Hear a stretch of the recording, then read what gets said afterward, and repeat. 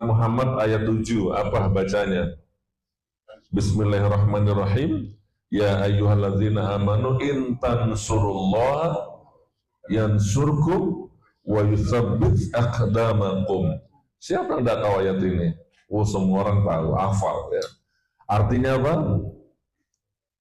Barang siapa, hai orang-orang yang beriman, barang siapa yang menolong agama Allah, maka Allah akan menolongnya dan mengukuhkan kedudukannya, mengukuhkan hatinya, mentalnya, kekuatannya dikukuhkan sama Allah.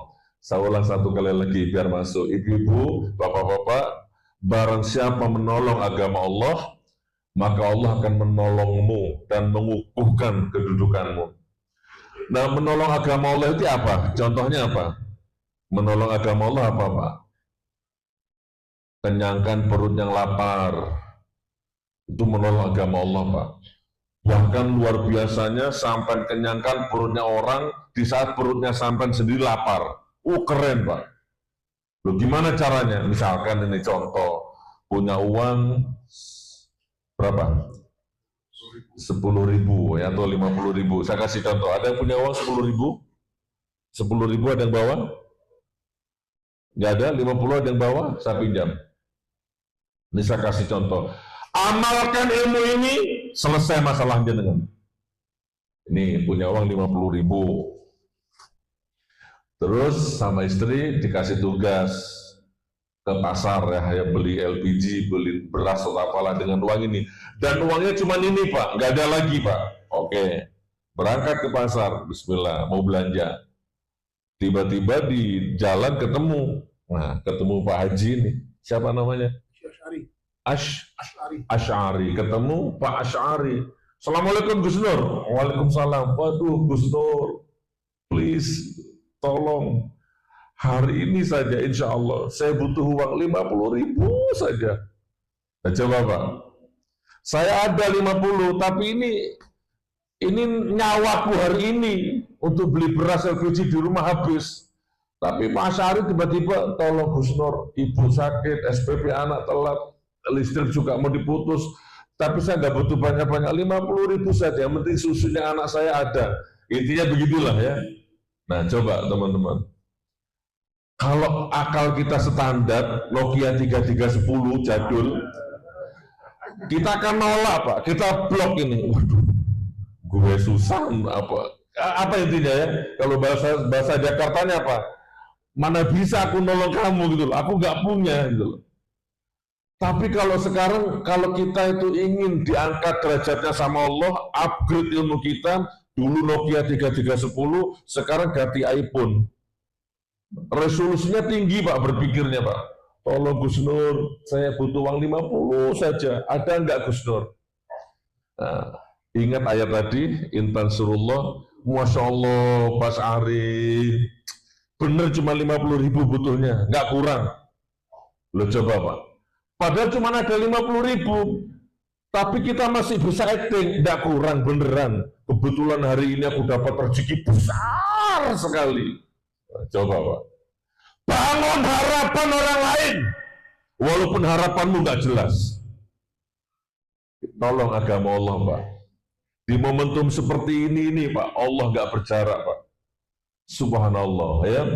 Sembuhkan orang lain, walaupun kondisi batinmu sendiri nggak karu-karuan, nggak masalah. Oke, Pak Asy'ari. Kebetulan hari ini saya ada rezeki besar sekali. Sudah, kalau cuma 50, nggak usah minta, nggak usah pinjem, tak kasih aja. Tapi syaratnya saya, Pak Asy'ari, dan Allah saja yang tahu. Nih, ada 50.000. Ini contoh ini. Nah, tak kasihkan. Ya, nanti balikin ke sana ya.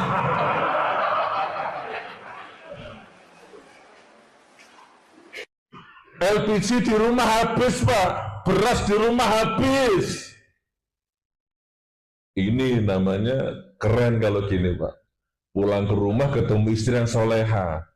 Assalamualaikum Abi. Waalaikumsalam Umi. Loh, mana berasnya? Alhamdulillah. Hari ini kita puasa ya, istriku sayang.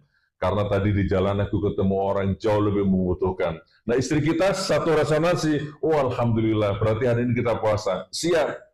Nah, kalau istri kita seperti itu, ya sudah, berarti memang baiti jannati memang. Ya, berarti memang luar biasa. Ada nggak istri seperti itu sekarang? Amin, ya ada ya. Istri sampean baik semua ya. Oke, biar nggak lupa dikembalikan dulu. Itu hanya contoh ya. Itu Pak, menolong agama Allah itu begitu Pak. Kembangkan sudah, bangun harapan orang lain. Walaupun harapanmu nggak jelas. Jadi menolong agama Allah itu seperti itu. Tapi secara fikih tegakkan sholat, tepat waktu, Masya Allah. Buka toko dengan azan, tutup tokonya. Di depan laptop buka WA, dengan azan tutup semua duniawinya. Itu menegakkan Allah, menolong agama Allah juga. Ya, tapi lebih bagus, lebih luar biasa itu diaplikasikan di kehidupan, Pak. Nah, oke ya. Nah, sekarang poin kedua ini. Di dalam penjara. Ya. Ujiannya luar biasa. Di penjara itu rata-rata mindset kita ya udah ngurusi diri kita, Pak. Nggak ada waktu ngurusi orang lain. Jadi di penjara itu, Pak, ada orang dihajar. Saya pas lewat itu ada orang dihajar. Cuman ngajarnya itu nggak ketahuan. Orangnya di sini diapit orang tiga. 1, 2, 3. Jadi ketika nggak ada petugas, sikat. Dias gitu, sini Pak. Nggak ada petugas, sikat. Buat gitu. Nah, saya tahu Pak, kan saya nggak tega Pak, dihajar. Walaupun ngajarnya nggak, apa istilahnya, diem-diem sambil duduk, tapi ya sakit juga Pak. Disikat. Akhirnya saya datangi Pak, saya tanya, kenapa kok dipukulin? Jawabannya perhatikan, punya utang Gus Nur, nggak mau bayar utangnya. Utangnya berapa? 20.000. Ustaz Ali tahu lah ya. 20.000 dipukul, disikat sampai berdarah-darah Pak. 20.000. Tetap konsen ya, walaupun ada kotak jalan tetap konsen ya. Oke. Sampai mana tadi? Dipukul ya. Jadi walaupun 20.000 itu ngeri ngajarnya Pak.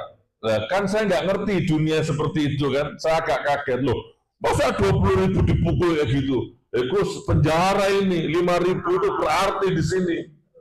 5.000 jadi nasi di sini, jadi kopi, jadi macam-macam. Oh ya sudah, nggak usah dihajar. Tak bayar kalau cuma 20.000. Saya selesaikan. Udah, itu hanya ada 3 orang waktu itu Pak. Ini kalau ada Pak Karuta nonton ini ya. Insya Allah beliau juga saksinya.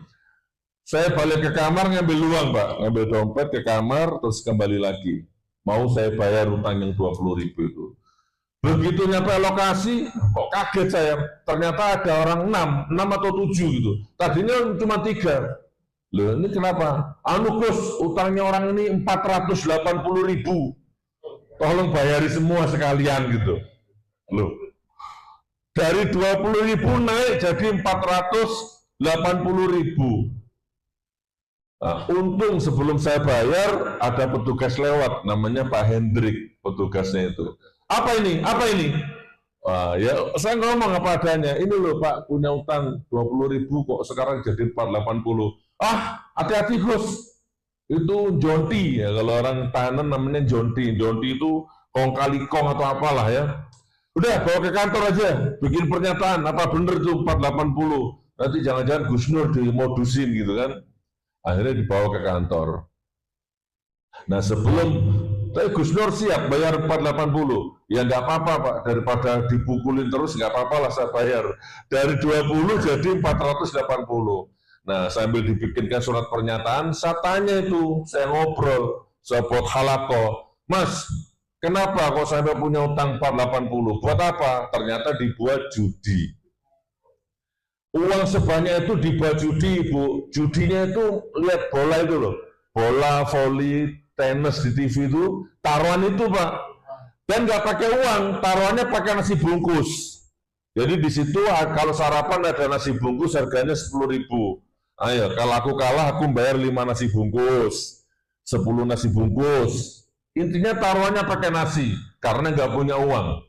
Coba Pak, betapa rusaknya mentalnya Pak. Udah nggak punya duit, nasi pun dibuat utang nasi, dibuat taruhan.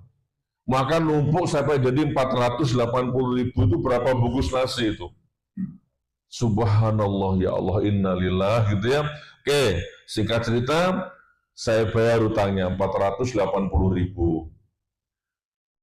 Terus bikin surat pernyataan tidak akan berjudi lagi. Nah, ini closingnya Pak. Di sini yang saya luar biasa. Oke, Mas, saya lihat saya lihat sampai nggak pernah ke masjid.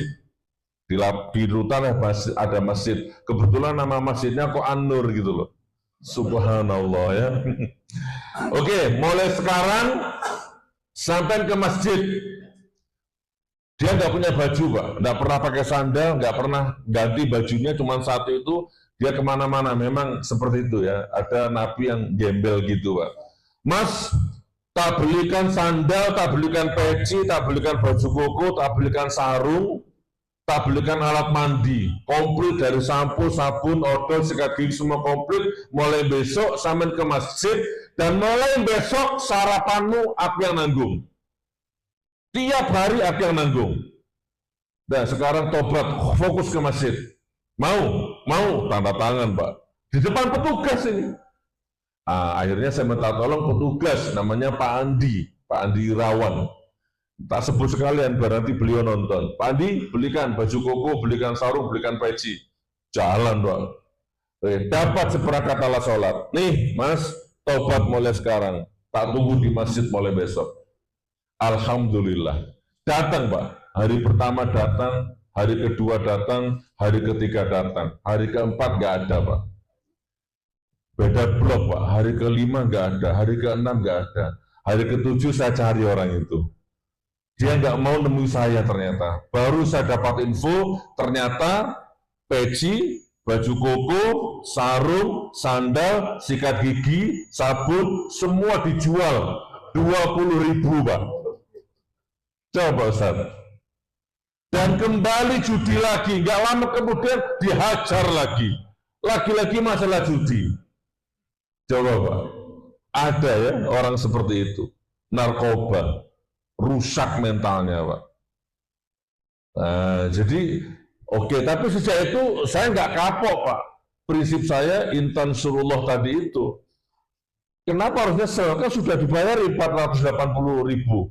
Udah dibelikan baju macam-macam, tiba-tiba dijual. Nggak apa-apa. Nggak ada nyesel, nggak boleh nyesel. Itu urusan dia sama Allah. Jadi gitu teman-teman. Urusan yang jenengan tolong saja agama Allah. Hasil nggak hasil kan bukan tujuan kita sudah, bukan target kita.